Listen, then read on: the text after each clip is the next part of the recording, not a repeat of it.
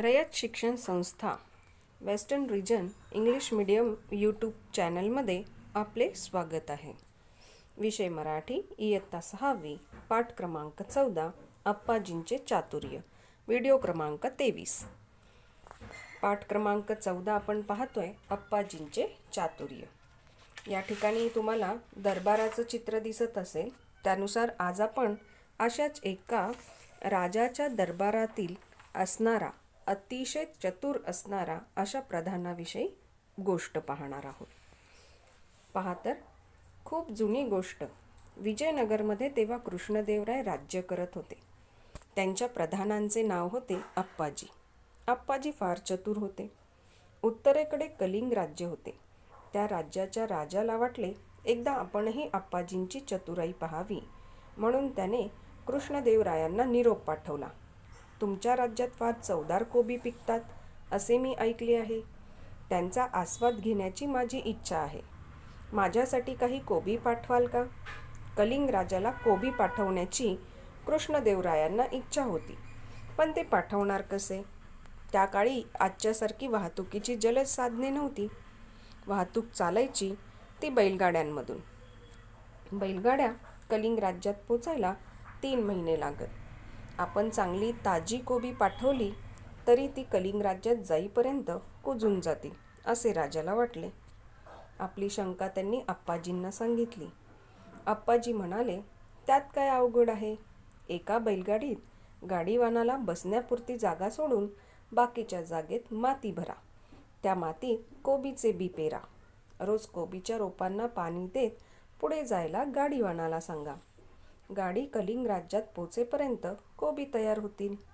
राजाने अप्पाजींच्या सांगण्याप्रमाणे एका गाडीत माती भरून त्यात कोबीच्या बिया पेरून ती कलिंग राज्याकडे रवाना केली. गाडीवान प्रवासात रोज कोबीच्या रोपांना पाणी देत होता. 3 महिन्यांनी ती बैलगाडी कलिंग राज्यात पोहोचली. कलिंग राजाला ताजी कोबी मिळाली. त्याला आनंद वाटला आणि अप्पाजींचे कौतुकही वाटले. पहा, इथे ही गोष्ट जी आहे अप्पाजींचे चातुर्य, त्यानुसार विजयनगरमध्ये खूप जुनी गोष्ट आहे. विजयनगरमध्ये तेव्हा कृष्णदेवराय राज्य करत होते.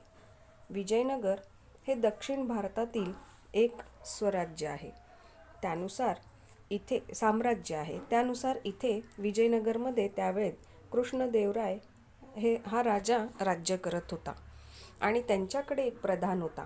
जसं आपण बिरबल, तेनालीराम अशा प्रधानांची अतिशय गाजलेल्या हुशारीच्या किंवा चातुर्याच्या गोष्टी वाचलेल्या आहेत, त्या पद्धतीने या ठिकाणी सुद्धा कृष्णदेवराय यांच्या राजदरबारात त्यांचा प्रधान होता, ज्याचं नाव होतं अप्पाजी.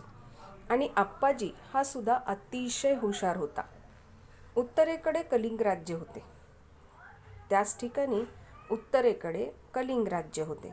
त्या राजाला वाटले एकदा आपणही या प्रधानाची म्हणजे या अप्पाजींची चतुराई पाहावी, म्हणून त्याने कृष्णदेवरायांना म्हणजेच विजयनगरच्या या राजाला निरोप पाठवला.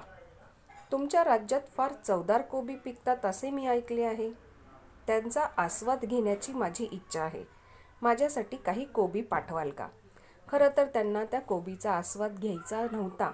खरं तर त्यांचा उद्देश काय होता? तर जो प्रधान कृष्णदेवराय या राजाच्या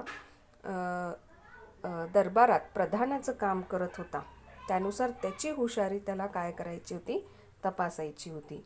त्यानुसार त्याने सरळ सरळ निरोप पाठवला की माझी इच्छा आहे त्या चवदार कोबीचा आस्वाद घेण्याची. त्यानुसार तुम्ही कोबी पाठवाल का? कलिंग राजाला कोबी पाठवण्याची कृष्णदेवरायांना इच्छा होती, पण ते पाठवणार कसे?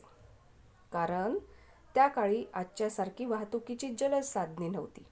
आज जशी एखादी गोष्ट आपण काही तासांमध्ये, काही वेळामध्ये लगेचच या गावाहून त्या गावापर्यंत पोचवतो, तसं इथे मात्र त्यांनी सांगितलं की त्या काळात आजच्यासारखी वाहतुकीची जलद साधने नव्हती. फक्त होती ती म्हणजे बैलगाडी. ती वाहतूक चालायची ती फक्त बैलगाड्यांमधून. बैलगाड्या कलिंग राज्यात पोचायला 3 महिने लागत. आपण चांगली ताजी कोबी पाठवली तरी ती कलिंग राज्यात जाईपर्यंत कुजून जातील असे राजाला वाटले. पहा, इथे तुम्हाला चित्र दिसत आहे. त्यानुसार अशा बैलगाड्या असायच्या की ज्यातून कुठे आणि कितीही लांब असलं तरी प्रवास करावा लागायचा. त्यानुसार विजयनगरमधून कलिंगमध्ये पोहोचायला 3 महिने लागत. आपण चांगली ताजी कोबी पाठवली तरी ती कलिंग राज्यात जाईपर्यंत कुजून जातील असे राजाला वाटले. आपली शंका त्यांनी आप्पाजींना सांगितली. आप्पाजी म्हणाले, त्यात काय अवघड आहे? एका बैलगाडीत गाडीवानाला बसण्यापुरती जागा सोडून बाकीच्या जागेत माती भरा. आता जी शंका इथे कृष्णदेवराय यांनी आप्पाजींना सांगितली होती त्यानुसार आप्पाजी मुळात हुशार, चतुर. त्यानुसार क्षणात त्यांनी उत्तर दिले की एका बैलगाडीत गाडीवानाला बसण्यापुरती जागा सोडून बाकीच्या जागेत पूर्ण माती भरा. त्या मातीत कोबीचे बी पेरा. रोज कोबीच्या रोपांना पाणी देत पुढे जायला गाडीवानाला सांगा. गाडी कलिंग राज्यात पोचेपर्यंत कोबी तयार होतील. राजाने आप्पाजींच्या सांगण्याप्रमाणे एका गाडीत माती भरून त्यात कोबीच्या बिया पेरून ती कलिंग राज्याकडे रवाना केली, म्हणजेच पाठवली. गाडीवान प्रवासात रोज न चुकता कोबीच्या त्या रोपांना पाणी देत होता. 3 महिन्यांनी ती बैलगाडी कलिंग राज्यात पोहोचली. कलिंग राजाला ताजी कोबी मिळाली आणि त्याला आनंद वाटला. खरे तर त्याला आप्पाजींचं चातुर्य अभ्यासायचं होतं, पडताळून पाहायचं होतं.